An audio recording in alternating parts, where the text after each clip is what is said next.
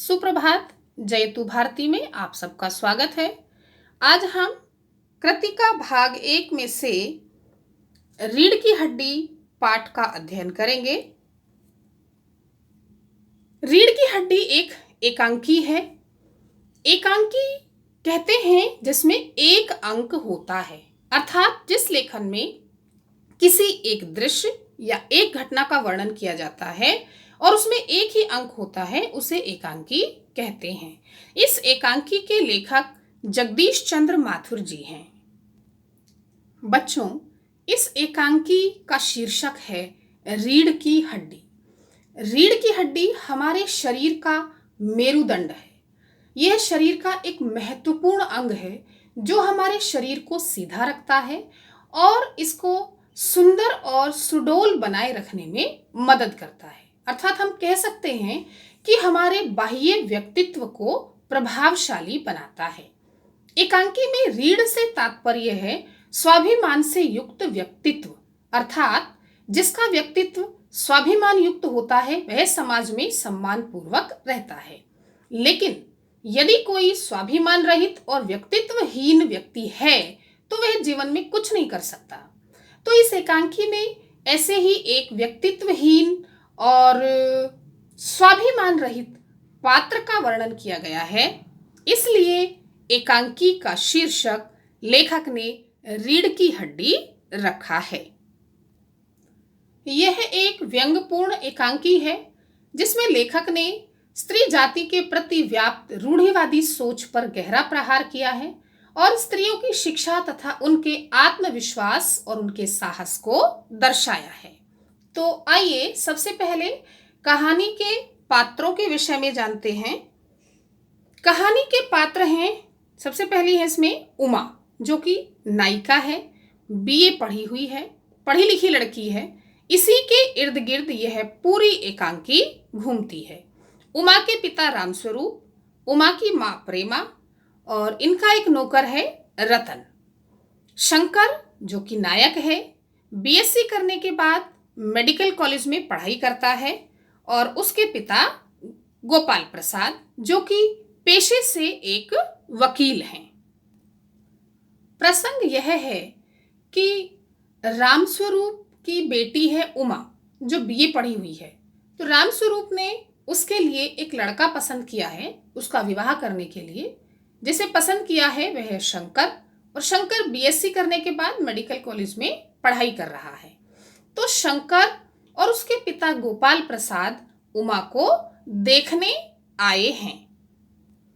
बच्चों, हमारे समाज में एक परंपरा है कि लड़की का पिता अपनी लड़की के विवाह करने के लिए किसी लड़के को पसंद करता है और जब उसे लड़का पसंद आ जाता है तो वो अपनी तरफ से हाँ कर देता है।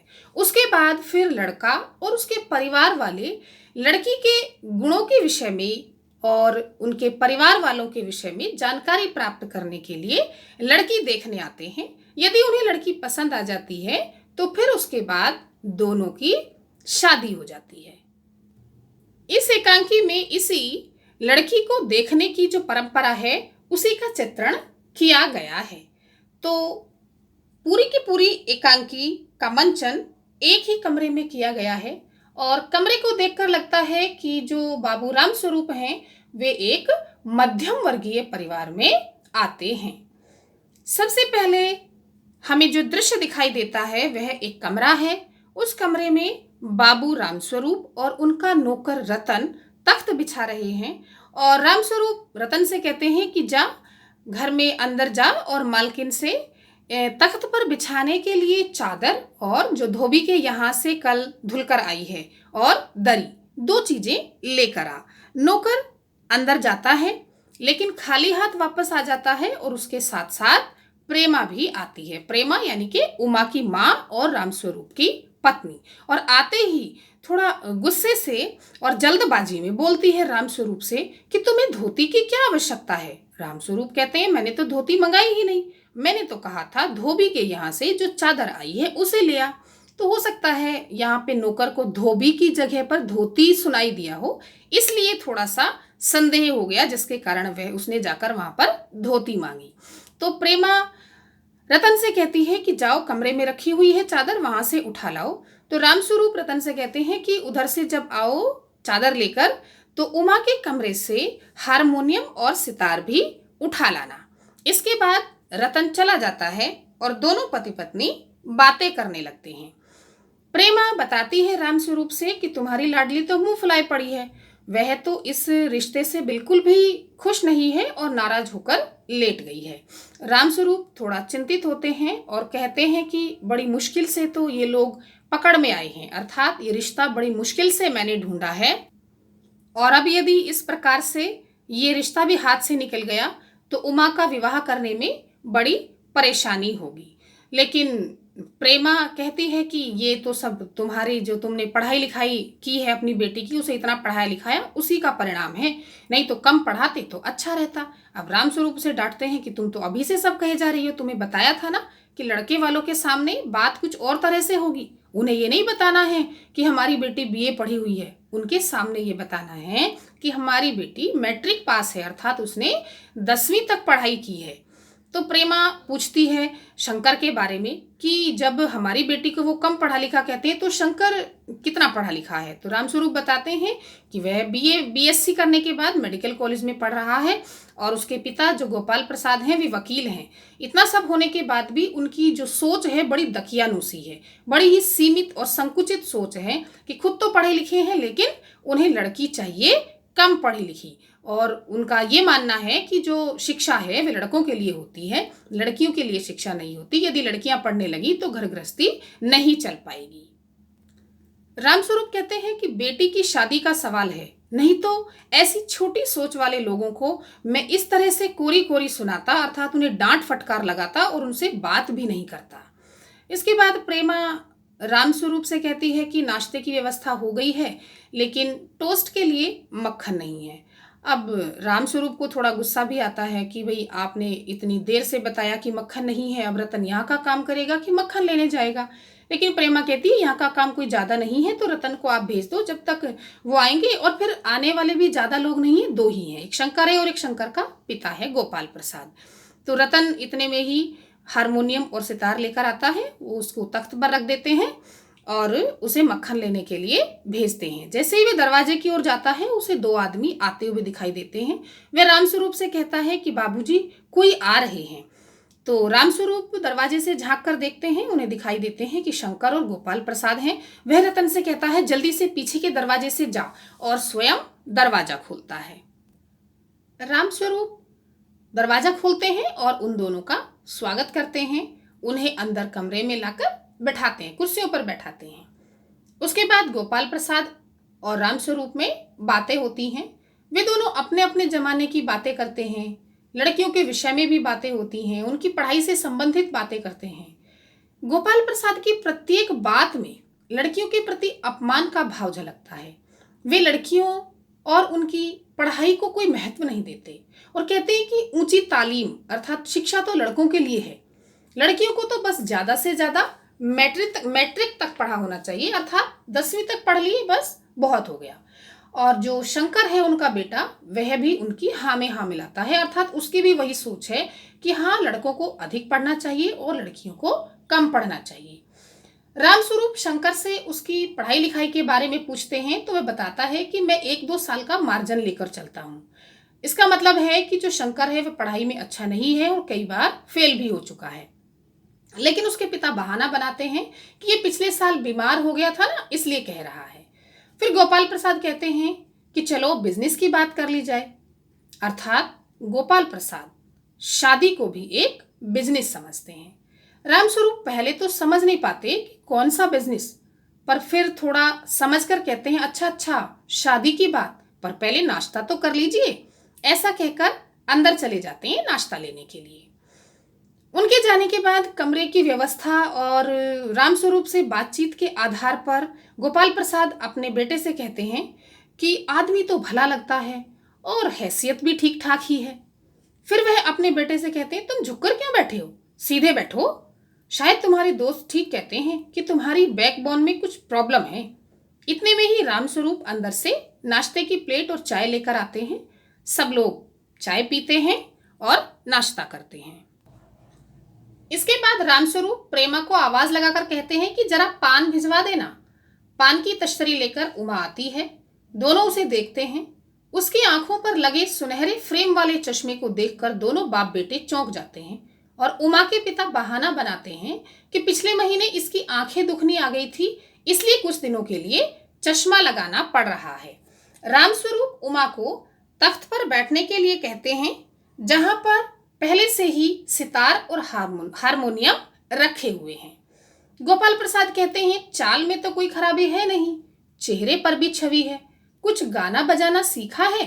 तो रामस्वरूप कहते हैं, जी हाँ, सितार भी और बाजा भी। वे उमा से कोई गीत सुनाने को कहते हैं। उमा सितार बजाते हुए मेरे तो गिरधर गोपाल गाना शुरू कर देती है। गाते गाते उसकी नजरें शंकर से मिल जाती हैं और वह गाना बंद कर देती है। क्यों? क्योंकि वह शंकर को पहले से ही जानती है कि शंकर एक अच्छा लड़का नहीं है, यह चरित्रहीन है। क्योंकि जिस कॉलेज में पढ़ी है उमा, जिस हॉस्टल में रही है, वहीं पर उसने कई बार उसको देखा है। तो इसलिए उमा गाना बंद करके अंदर जाने लगती है। लेकिन गोपाल प्रसाद और रामस्वरूप उसे थोड़ी देर और बैठने के लिए कहते हैं। तो उमा रुक जाती है और वहीं पर बैठ जाती है। गोपाल प्रसाद उमा के गाने की तारीफ करते हैं और उससे पेंटिंग, सिलाई, कढ़ाई आदि के बारे में पूछते हैं, परंतु उमा कोई जवाब नहीं देती। सारे सवालों के जवाब उसके पिता रामस्वरूप ही देते हैं। उमा की तारीफ करते हैं, पर गोपाल प्रसाद कहते हैं कि इसे भी तो कुछ बोलना चाहिए।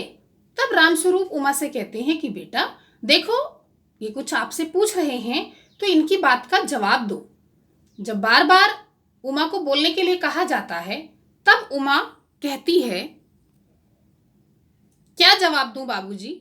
जब कुर्सी मेज बिकती है तब दुकानदार कुर्सी मेज से कुछ नहीं पूछता, सिर्फ खरीदार को दिखला देता है। पसंद आ गई तो अच्छा, वरना कोई बात नहीं। अब रामस्वरूप खड़े हो जाते हैं और उमा को डांटते हैं, लेकिन उमा बोलना बंद नहीं करती और कहती है, अब मुझे कह लेने दीजिए बाबूजी, ये जो महाशय मेरे खरीदार बनकर आए हैं, इनसे जरा पूछिए कि क्या लड़कियों के दिल नहीं होता? क्या उनको चोट नहीं लगती? क्या वे बेबस भेड़ बकरियां हैं जिन्हें कसाई अच्छी तरह से देखभाल कर खरीद रहा है? अब गोपाल प्रसाद को भी गुस्सा आ जाता है और वे रामस्वरूप से कहते हैं कि तुमने मेरी बेइज्जती करने के लिए यहाँ बुलाया था। इसके जवाब में उमा बोल पड़ती है कि हमारी कोई बेइज्जती नहीं होती, केवल आपकी ही बेइज्जती होती है। आप इतनी देर से जो मेरी नाप तोल कर रहे हैं, तो हमारी बेइज्जती नहीं है। और जरा अपने इन लड़के से तो पूछो जो साहबजादे आपके साथ आए हैं, कि अभी पिछली फरवरी में ये लड़कियों के हॉस्टल के इर्द गिर्द क्यों घूम रहे थे और वहां से कैसे भगाए गए थे। ये सुनकर के शंकर झेप जाता है और गोपाल प्रसाद को ये बात पता चल जाती है, लेकिन इसके बाद भी वे शर्मिंदा नहीं होते हैं और कहते हैं, तुम कॉलेज में पढ़ी हो? उमा कहती है, जी हाँ, कॉलेज में पढ़ी हूं। मैंने बीए पास किया है, कोई पाप नहीं किया, कोई चोरी नहीं की और न आपके पुत्र की तरह ताक झांक कर कायरता ही दिखाई है। मुझे अपनी इज्जत, अपने मान का ख्याल तो है, लेकिन तुम अपने बेटे से तो पूछो, किस तरह नौकरानी के पैरों पड़कर अपना मुंह छिपाकर भागे थे। अब रामस्वरूप कुछ नहीं बोल पाते, केवल उमा को डांटते हैं। गोपाल प्रसाद खड़े हो जाते हैं और बहुत गुस्से में हैं। अपनी और अपने बेटे की कोई गलती नहीं मानते हैं, अपने बेटे की करतूत पर लज्जित भी नहीं होते हैं, बल्कि उल्टा रामस्वरूप पर ही आरोप लगाते हैं कि तुमने हमसे इतना बड़ा झूठ बोला कि तुम्हारी लड़की बीए पास है और तुमने हमें उसे 10वीं पास बताया है। वे बीए तक पढ़ी हुई है, कॉलेज में पढ़ी हुई है, तुमने झूठ बोला है हमसे। और वे शंकर से कहते हैं, चलो बेटा, और दोनों दरवाजे की ओर बढ़ते हैं। उमा कहती है, जी हाँ, जाइए, जरूर चले जाइए, लेकिन घर जाकर जरा यह पता लगाना कि आपके लाडले बेटे के रीढ़ की हड्डी भी है या नहीं, अर्थात बैकबोन। ऐसा कहकर उमा गोपाल प्रसाद को यह समझाना चाहती है कि तुम्हारे बेटे का कोई व्यक्तित्व नहीं है, उसमें कोई स्वाभिमान नहीं है, वह किसी भी विषय पर स्वयं निर्णय नहीं ले सकता है। यह केवल तुम्हारे ही सहारे पर जी रहा है और जीवन भर तुम्हारे ही सहारे पर जीता रहेगा, स्वयं अपने जीवन में कुछ भी नहीं कर पाएगा। इसके बाद गोपाल प्रसाद और शंकर वहां से चले जाते हैं। उमा के पिता रामस्वरूप हताश और निराश होकर कुर्सी पर बैठ जाते हैं। उमा रोने लगती है क्योंकि उसे लगता है कि मैंने अपने पिता का दिल दुखाया है। इतने में ही प्रेमा आती है और प्रेमा आकर के रामस्वरूप से कहती है कि उमा क्यों रो रही है, वह तो बहुत रो रही है। तो रामस्वरूप खड़े होते हैं और उमा को चुप कराते हैं क्योंकि उन्हें लगता है कि मैं भी इस शादी से कहीं ना कहीं खुश नहीं था, इस रिश्ते से मैं भी खुश नहीं था। मुझे भी उनकी जो दकियानूसी सोच थी वह अच्छी नहीं लग रही थी। इतने में ही रतन आता है मक्खन लेकर, लेकिन उस समय मक्खन की कोई आवश्यकता ही नहीं रह गई थी। यहीं पर एकांकी समाप्त हो जाती है। तो बच्चों, इस प्रकार इस एकांकी का मुख्य उद्देश्य है नारी शिक्षा का समर्थन करना, नारी सशक्तिकरण को बढ़ावा देना, स्त्रियों को उनके अधिकारों से अवगत कराना और उन्हें आत्मनिर्भर बनकर आत्मसम्मान से जीने के लिए प्रेरित करना। तो मुख्य उद्देश्य यही है इस एकांकी का। आशा है इस एकांकी का सार आपको समझ में आ गया होगा। धन्यवाद।